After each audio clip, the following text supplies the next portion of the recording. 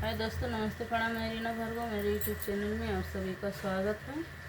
एक छोटा सा कजरी गीत गाने जा रहे हैं और रक्षाबंधन वाला है।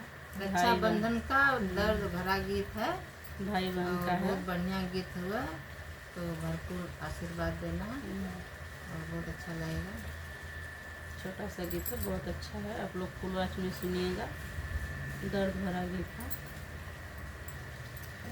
हरे रमा बीतल जाला सवनवा बीरना नहीं आए हरि की। हरे रमा बीतल जाला सवनवा बीरना नहीं आए हरि। हरे रमा बीतल जाला सवनवा बीरना नहीं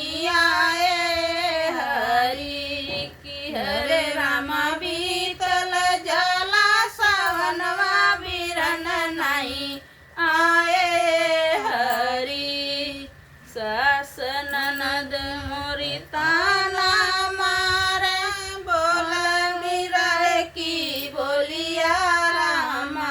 सास ननद मोरी ताना मारा बोल बिरह की बोलिया रामा।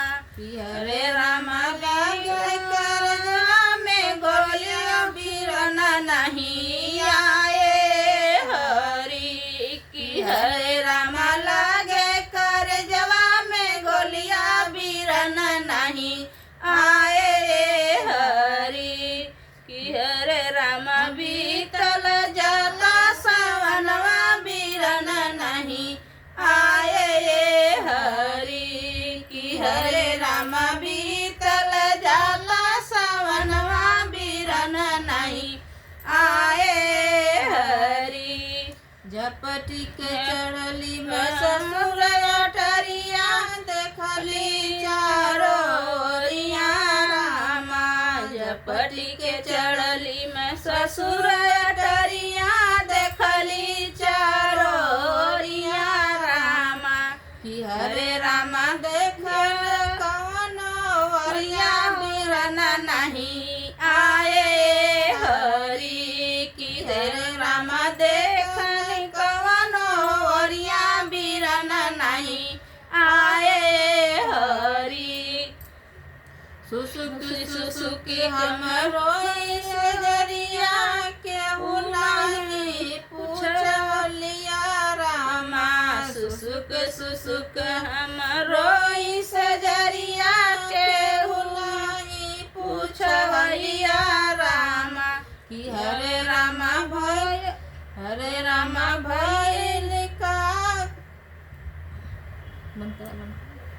कि हरे रामा भूल गइल काम तरिया बिरना नहीं आए हरि की। हरे रामा भूल गइल काम तरिया बिरना नहीं आए हरि की। हरे रामा बीतल जाला सवनवा बिरना नहीं आए हरि की। हरे रामा बीतल जाला सवनवा बिरना नहीं आए हरि।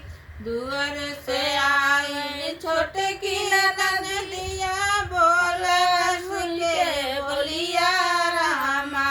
दुअर से आइल छोटकी ननदिया बोल हंस के बोलिया रामा कि हरे रामा भौजी देवर पर अइन भैया चुनरी अइन हरि की। हरे रामा दुअरे पर बिरन भैया चुनरी अइन रामा कि। हरे रामा बीतल जाला सवनवा बिरना नहीं आइन हरि की। हरे रामा बीतल जाला सवनवा बिरना नहीं आइन रामा।